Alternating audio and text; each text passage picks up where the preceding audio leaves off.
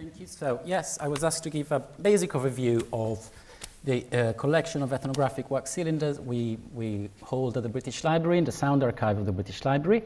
So I'm going to do just that. So I'll give you a bit of a context and history of the collection and then run you through the actual collections we hold. So I'm not sure if this is a presentation it's basically a list.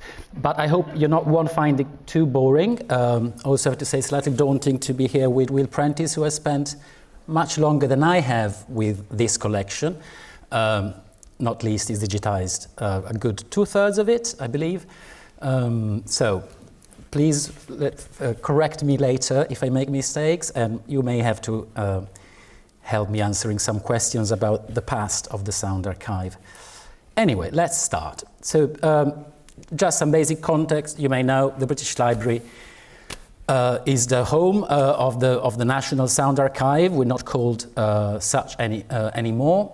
The archive was started in 1955 as the British Institute of Recorded Sound, and then joined the British Library in 1983 when it became known as the National Sound Archive.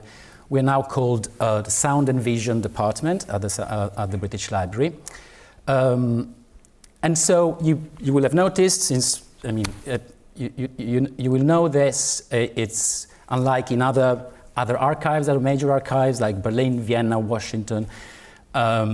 London did not have a proper national sound archive until after the Second World War, actually, quite after that, and that will have an impact on the collection. I am a curator in the section that we call now World and Traditional Music. It was previously known as the International Music Collection. This is not the only section of the Sound Archive, as you can see there.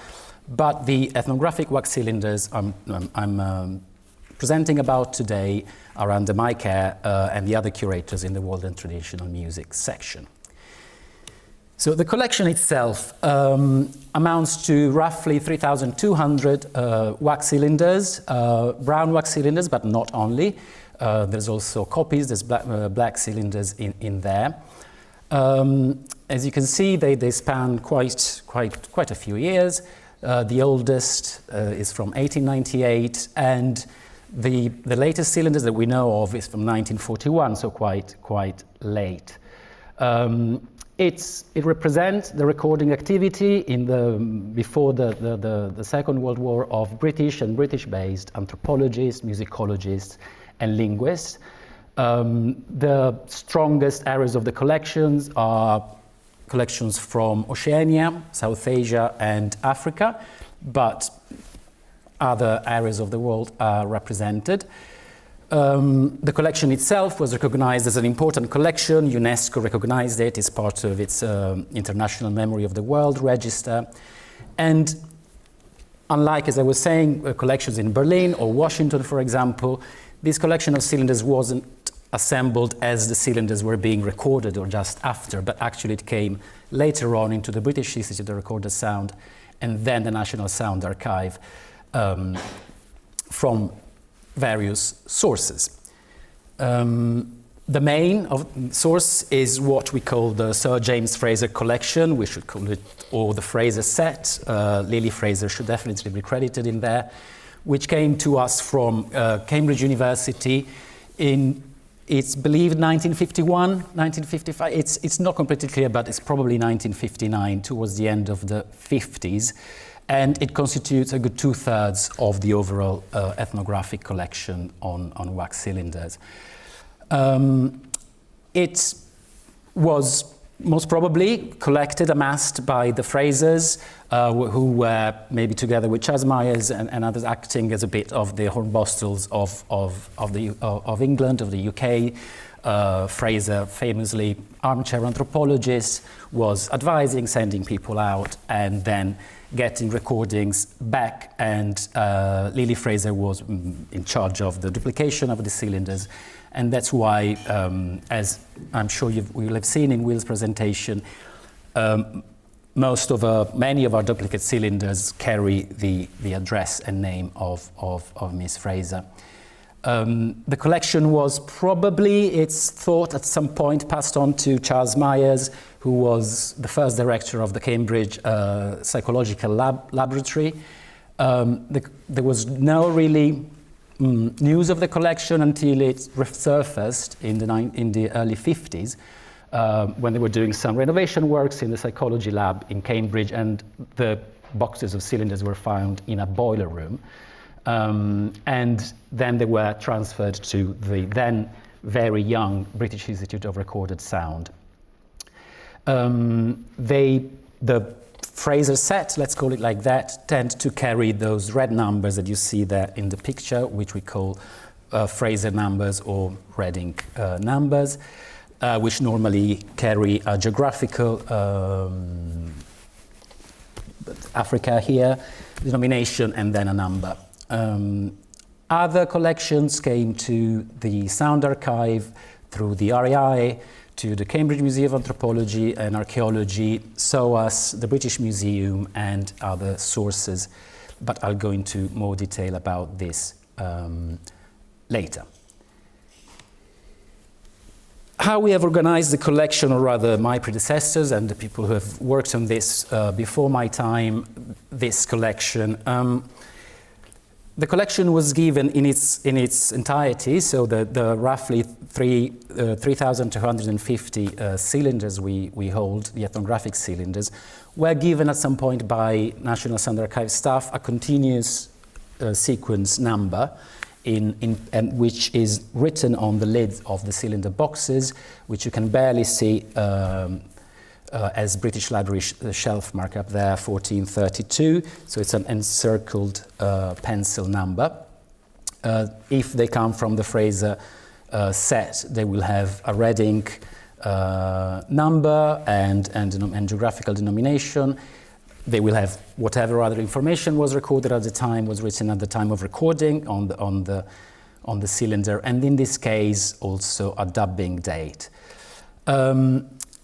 So it's a whole, you can see the collection as a whole, but then the collection was given individual C-series numbers, which means was subdivided in discrete collections based on provenance by National Sound Archive staff around the 1980s. And so you will see at the top of the picture there, C62 would be a subset of the cylinder collection, collection 62, and then 1432 is the continuous series number, which is kind of unlike how we treat other collections in the Sound Archive now. The cylinders are all digitized. Well, all the cylinders that we were able to digitize with the technology available. Many cylinders are broken or too badly cracked or too moldy to get a good signal out of it, but we could say the collection is digitized. There were transfers made ad hoc in the 70s and 80s, but the digitization effort went between 94 and 2001, where Peter Copeland and then Will Prentice digitized the whole lot using a custom-built cylinder player that was built for the NSA.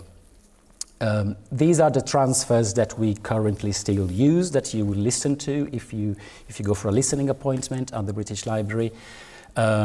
These were mostly originally digitized to DAT, and then some were transferred to CDR. Now, of course, then we use WAV files. The archive, we're kind of all quite excited because we recently acquired a new flashy transfer machine, cylinder transfer machine from Endpoint Labs, Audio Labs, which allows also optical playback of cylinders. So it will allow us, and it is allowing us to get not only better transfers, but transfers of cylinders that were unplayable before. The collection is catalogued to a good degree, not all at the same degree of detail, depending on how much research was conducted on parts of the collection, but I would say most of it is now catalogued at item level with at least some basic information on provenance, with some exceptions I will touch upon later.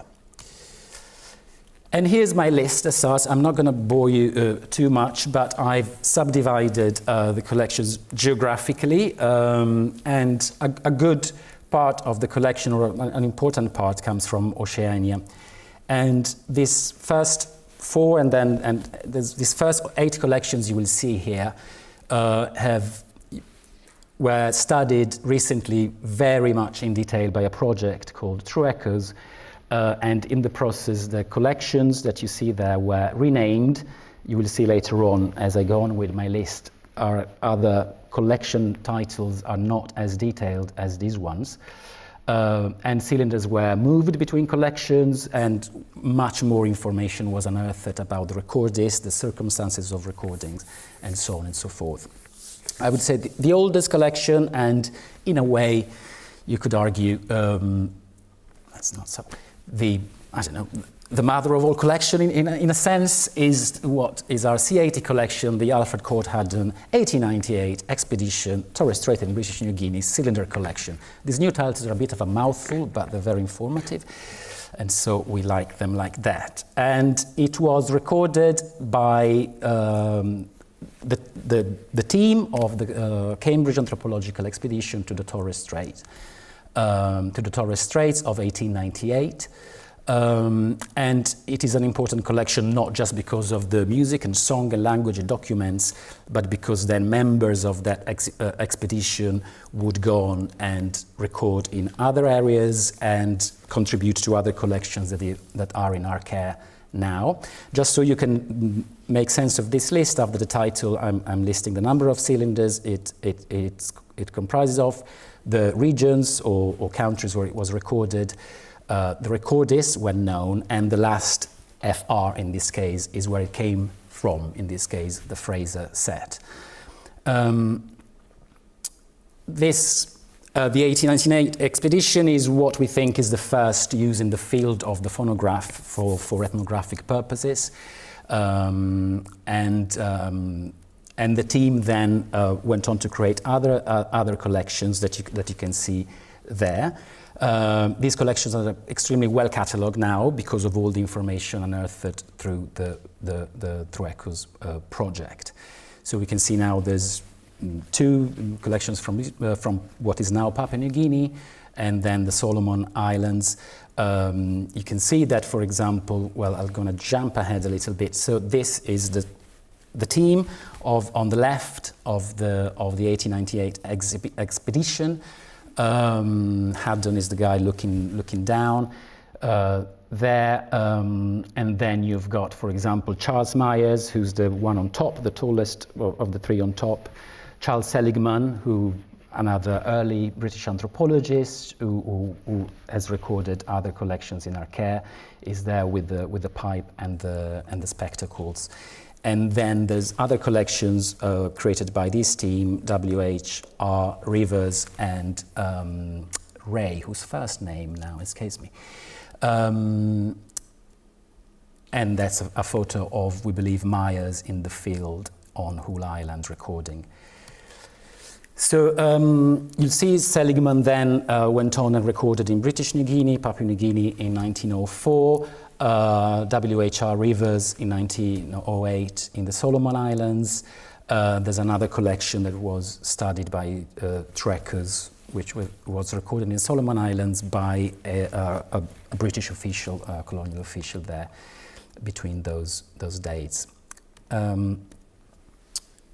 Other smaller collections and important collections, though, some big names up there, still recorded until with the latest in 1924.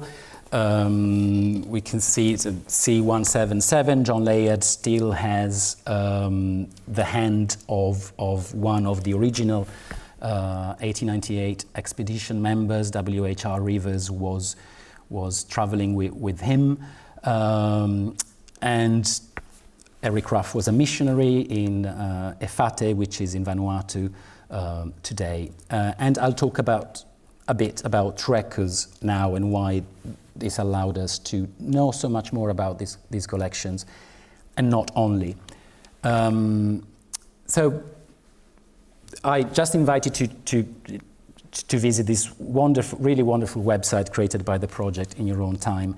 But the project basically took these 8 collections and started by giving digital copies. It was a project led by the British Library, but in partnership with several institutions in all the countries where these cylinders were recorded. And it started by giving digital copies when those institutions did not have already digital copies of these collections locally. And then there was a very in-depth historical research on the collections, using also materials housed in other collections like the British Museum, the Cambridge Museum of Anthropology, Archaeology and Anthropology, where, for example, the diaries of the expedition members were held, or the photographs.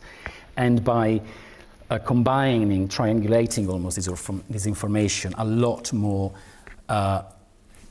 data was unearthed in terms of locations, in terms of names of performers that were finally credited in our catalogue, the singers, those that you so often tend to go by unidentified in our catalogue, because at the time people did not really bother to write down names, or they did, but we didn't get that information. And so it was really brilliant, the historical research done on these 8 collections. This is the page we're seeing now is about the Malinowski small but important collection. But this was only a first stage, and the second stage was actually, because of all this new information that we found out, was the local institutions employed local researchers then to retrace the steps of these recordists and to go to the exact locations when known where the recordings were made, in some cases 126 years ago now, and re-engage with the communities and play back these recordings, leaving a copy of these recordings on tablets that don't need the internet to work locally, and see what came up. Reactivating the recordings, as some would say, and sometimes there was recognition, sometimes there was no recognition at all, sometimes it was, what is this? I can't hear anything. But still, it was a very widespread effort, which is still, by the way, going on, even if the project is formally over. I will go on with my list. So there's 3 more collections with Oceania which haven't been so thoroughly researched. These are from Australia and made by well-known anthropologists, early anthropologists, Baldwin Spencer and his collaborator Francis James Gillen, Frank Gillen, and then Radcliffe Brown. These 3 collections are with us. The last one you see there, we believe it's actually copies, and the originals should be at the National Museum in Victoria. Moving to Africa, we have, that's, I would say, the second, well, it's not an area, it's a continent really, most represented in the collection. It is believed that the earliest recordings made in Africa south of the Sahara were made by Sir Harry Johnston, British colonial officer, as the guy who set up the British Uganda Protectorate in 1902, but was also a keen field recordist, botanist, like those guys were at the time. We only have 4 cylinders of his original collections, but we do have another collection of dubbings of a wider set of about 25 cylinders that were believed to be the earliest. These were made, the whole collection Johnston recorded in Uganda and Kenya during his official job for the British government before he upset Cecil Rhodes, and then he was a long story which I won't go into. But then also recorded in the Gold Coast, then now Ghana, and in Liberia. It was believed those recordings dated 1901, but because I had the privilege of cataloguing the wider collection and reading his books, from preliminary research, I believe that actually there could be some recordings in there that date 1899 or 1900. Yeah. Then the next 3 collections you see there are not much, we don't know much yet about them, and so we welcome research on them. And then C51 is the real mammoth of the ethnographic wax cylinder collection of the British Library. It's a good third of it, and it was recorded by the voracious government anthropologist N.W. Thomas, who travelled for the British government, the British Colonial Office rather, in Nigeria from 1909 to 1913, and then in Sierra Leone, taking photographs, collecting botanical specimens, and making, we estimate, about 700 recordings. The collection is over 1,000 recordings. Several are copies. But there are about 700 original recordings. Thomas was collecting so much that he was fired, basically, because he was told, we don't need all this information. We are an empire. We're not. And this collection was the object, the starting point of another very nice project called Museum Affordances, and whose website is called Re-Entanglement. It was led by Paul Basio, an anthropologist then at SOAS University, which took the Thomas collection, not just the sound recordings, but also the photographs, the artifacts, and so on. And retracing the steps of Thomas in Nigeria and Sierra Leone, brought them back to the communities, again, reactivating, eliciting responses, but also engaging with students and artists and other practitioners in the UK of Nigerian or Sierra Leonean heritage to re-engage with this collection that has clearly a colonial stamp on it. And again, the website is still active, even though the project is now finished, and I invite you to go and check it out if you find that interesting. Other collections from Africa. So we've seen so far mostly anthropologists, early anthropologists. Alice Werner was a linguist who then moved to the School of Oriental Studies, what is now SOAS. And we hold her collection made in Kenya, about 150 cylinders, with stories, songs, greetings, counting, and very interesting, most cylinders contain inserts with transcriptions of the recordings. Temple collection, again, not very well researched. We think is made by a Miss Temple, who then published a book on it in 1920. And the most recent collection was made by Captain Rattray, who at some point was, I believe, some sort of governor in the Gold Coast, and made research among the Asante people of Ghana, and published an important then book on the Asante called Ashanti in 1923. Copies of these collections were returned by my predecessor, Janet Opfarjian, to the Katie Archives in the University of Legon in Ghana. And this is Africa. I realize this list is a bit too long, so I'm gonna just speed through it. So South Asia and South Asia mostly are the other regions well represented. Of course, these geographical areas is not a coincidence that they kind of correspond with what was the British Empire then. The Borneo cylinders, it's not being very well researched, but this was a collection, again, recorded by some members of the Haddon expedition of 1898, who then went on to Sarawak in northern Borneo. So the year after the Torres Strait recordings.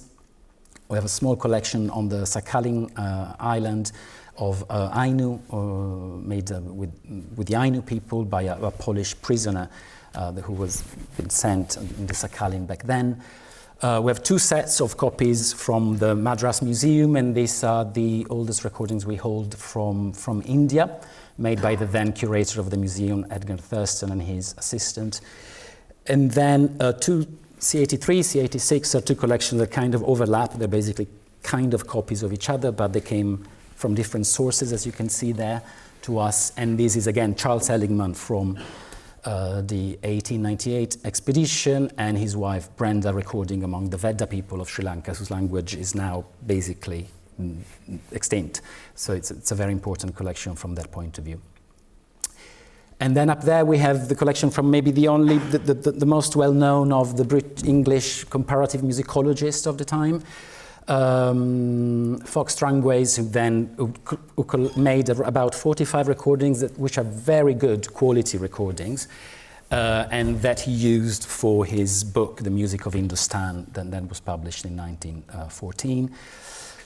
Then 3 small and very unresearched collections, we don't know much about them, and then the most recent and quite big, it's at over 500 cylinders, is Arnold Adrian Bakke, Dutch but British-based ethnomusicologist who did seminal and essential work in India, Nepal and Sri Lanka, recording on 2-cylinder until 1941. He also recorded on Teffy bands, but then also went back to cylinders at some point. And this came to us via from SOAS University via Bakke's student Nazir Jared's boy.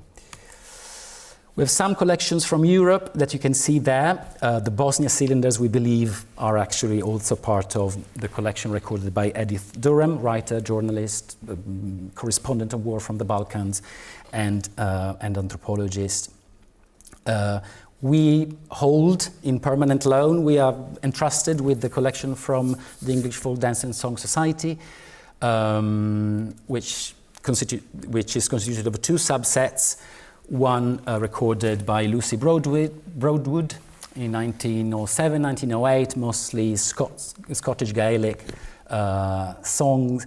And then the other set, which we call sometimes the English and Welsh set, recorded by or for some of the most well-known names of the first folk revival, so Cecil Sharp, Vaughan Williams, Butterworth, and Percy Grangers, and others.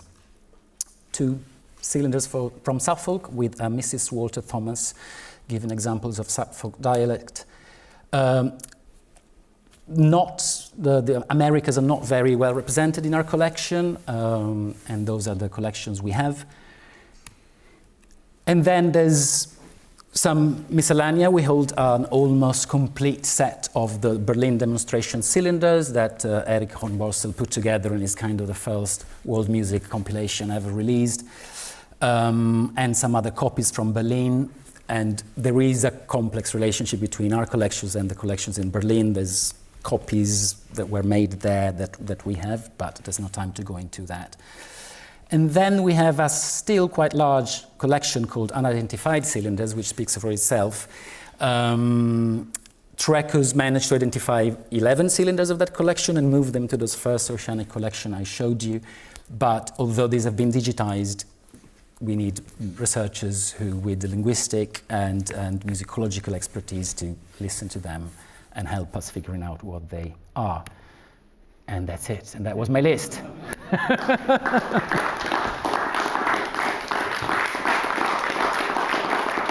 Sorry, it went a bit long.